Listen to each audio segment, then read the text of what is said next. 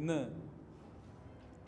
നിങ്ങൾ മാധ്യമങ്ങളിലൂടെ പുറത്തു വന്നിട്ടൊരു വാർത്ത, BJPയുടെ സംസ്ഥാന വൈസ് പ്രസിഡന്റ്, പാലക്കാട്ട് നിന്നുള്ള BJPയുടെ നേതാവ് C. കൃഷ്ണകുമാറിനെതിരെ ഒരു യുവതി BJPയുടെ സംസ്ഥാന പ്രസിഡന്റ് രാജീവ് ചന്ദ്രശേഖറിന് സെക്ഷൽ അബ്യൂസിൻ്റെ പരാതി കൊടുത്തിട്ടുണ്ട് എന്നുള്ളതാണ്. ഒരു യുവതി തൻ്റെ എല്ലാ സ്വകാര്യതയും നിലനിർത്തണമെന്ന് ആഗ്രഹിച്ചുകൊണ്ട് ഡിജിറ്റൽ ഫോർമാറ്റിൽ ത്രൂ ഇമെയിൽ BJPയുടെ സംസ്ഥാന പ്രസിഡന്റിന് നൽകിയിട്ടുള്ള പരാതി, ആ പരാതി മാധ്യമങ്ങളിലൂടെ പുറത്തു വരുന്നു. പക്ഷേ അപ്പോഴും മാധ്യമങ്ങൾ അവിടെ ആ സ്ത്രീയുടെ ഐഡൻറ്റിറ്റി വെളിപ്പെടുത്താതെയാണ് ഈ വാർത്തകൾ നൽകിയത്. നമ്മുടെ രാജ്യത്തെ നിയമം അനുശാസിക്കുന്നതും അതാണ്. ലൈംഗിക പീഡന കേസുകൾ, അത്തരത്തിൽ ആരോപണങ്ങൾ വരുന്ന കേസുകളിൽ അതിജീവിതയായിട്ടുള്ള പെൺകുട്ടി, ആ പെൺകുട്ടികൾ ഉന്നയിക്കുന്ന അല്ലെങ്കിൽ ആ പെൺകുട്ടികളുടെ പേരോ ഐഡൻറ്റിറ്റിയോ പുറത്തു വരുന്ന തരത്തിൽ ആരും തന്നെ വാർത്തകൾ കൊടുക്കാനോ അതല്ലെങ്കിൽ പരാമർശങ്ങൾ നടത്താനോ പാടില്ല എന്നാണ് നമ്മുടെ രാജ്യത്തിൻ്റെ നിയമം അനുശാസിക്കുന്നത്. എന്നാൽ ഇന്ന് ആരോപണ വിധേയനായിട്ടുള്ള കൃഷ്ണകുമാർ, അദ്ദേഹം കേവലം ഒരു വ്യക്തി മാത്രമല്ല, ദീർഘകാലമായി രാഷ്ട്രീയ രംഗത്ത് പ്രവർത്തിക്കുന്ന ഉത്തരവാദിത്ത ബോധമുള്ള ഒരു പൊതുപ്രവർത്തകനായിരിക്കേണ്ട വ്യക്തി, നിയമം അറിയുന്ന വ്യക്തി, ഇന്ന് കേരളത്തിലെ പ്രധാനപ്പെട്ട എല്ലാ മാധ്യമങ്ങളുടെയും മുൻപിൽ ആ അതിജീവിതയുടെ ഐഡൻറ്റിറ്റി വെളിപ്പെടുത്തുന്ന രീതിയിലാണ് പത്രസമ്മേളനം നടത്തിയത്.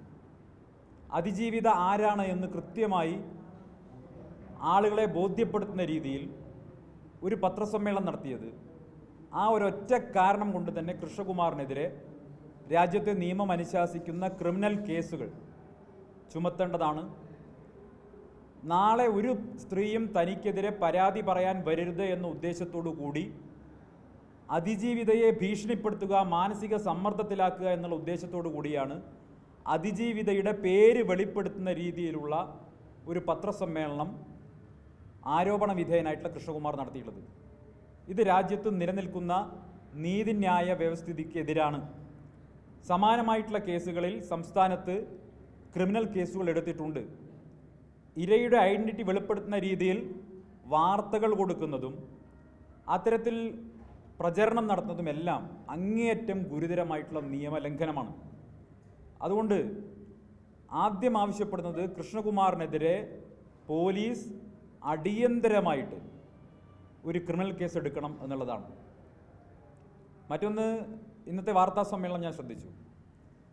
നിങ്ങൾ പല മാധ്യമ പ്രവർത്തകരും ചോദ്യങ്ങൾ ചോദിച്ച സമയത്ത് വളരെ കോൺട്രഡിക്ടറി ആയിട്ടുള്ള, പരസ്പര വിരുദ്ധമായിട്ടുള്ള കാര്യങ്ങളാണ് C. കൃഷ്ണകുമാറിൻ്റെ ഭാഗത്ത് നിന്നുണ്ടായത്. ഞാൻ മനസ്സിലാക്കുന്നിടത്തോളം ഈ പരാതിക്ക് ആധാരമായിട്ടുള്ള സംഭവം നടന്നത് 2012-13 കാലഘട്ടത്തിലോ മറ്റോ ആണ്. ഞാൻ എന്തായാലും അതിലേക്ക് വരാം. പക്ഷേ കൃഷ്ണകുമാറിൻ്റെ ഏറ്റവും അവസാനത്തെ പോയിന്റ് എന്ന് പറയുന്നത് കോടതി എന്നെ കുറ്റവിമുക്തനാക്കിയിട്ടുണ്ട് എന്നായിരുന്നു. മാധ്യമങ്ങൾ ചോദിച്ചു, കോടതി നിങ്ങളെ സെക്ഷൽ ഹരാസ്മെൻറ്റ് കേസിൽ കുറ്റവിമുക്തനാക്കിയിട്ടുണ്ടോ എന്ന് ചോദിച്ചപ്പോൾ അദ്ദേഹം ഉണ്ട് എന്ന് പറഞ്ഞു.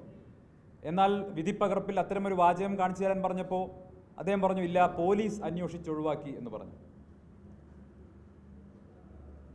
വളരെ കോൺട്രഡിക്ടറി ആയിട്ടുള്ള കാര്യങ്ങളാണ് പറഞ്ഞത്.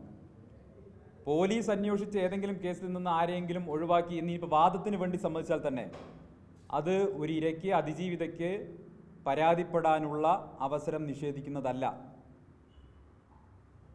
ഈ രാജ്യത്ത് ഒട്ടേറെ കേസുകളിൽ അതിജീവിതമാരുടെ പരാതികൾ പോലീസ് ഉദ്യോഗസ്ഥർ പല തരത്തിൽ വ്യാഖ്യാനിച്ചിട്ടുണ്ട്. ഞാൻ മനസ്സിലാക്കുന്നിടത്തോളം ഈ കേസ് നടന്നിട്ടുള്ള 2012 ഈ കുട്ടി പിതാവിന്, ഇപ്പോൾ ആ കുട്ടിയുടെ ഐഡൻറ്റിറ്റി കൃഷ്ണകുമാറായിട്ട് വെളിപ്പെടുത്തിയത് കൊണ്ടാണ് എനിക്ക് കാര്യം പറയേണ്ടി വരുന്നത്. അതല്ലെങ്കിൽ ജനങ്ങളെ തെറ്റിദ്ധരിപ്പിക്കുന്ന രീതിയിലുള്ള അയാളുടെ, അല്ലെങ്കിൽ കൺഫ്യൂസ് ചെയ്യിപ്പിക്കുന്ന രീതിയിൽ നിങ്ങൾക്കൊരാളെ കൺവിൻസ് ചെയ്യാൻ കഴിഞ്ഞില്ലെങ്കിൽ കൺഫ്യൂസ് ചെയ്യിപ്പിക്കുക എന്നുള്ളതാണ് ഇത്തരം ക്രിമിനൽ ബുദ്ധിയുള്ള ആളുകളുടെ ലക്ഷ്യമെന്ന് പറയുന്നത്. അതാണ് അവിടെ നടന്നത്. അദ്ദേഹത്തിന് ഒരാളെ കൺവിൻസ് ചെയ്യാൻ കഴിയുന്നില്ല, അപ്പോൾ കൺഫ്യൂസ് ചെയ്യിപ്പിക്കുകയാണ്.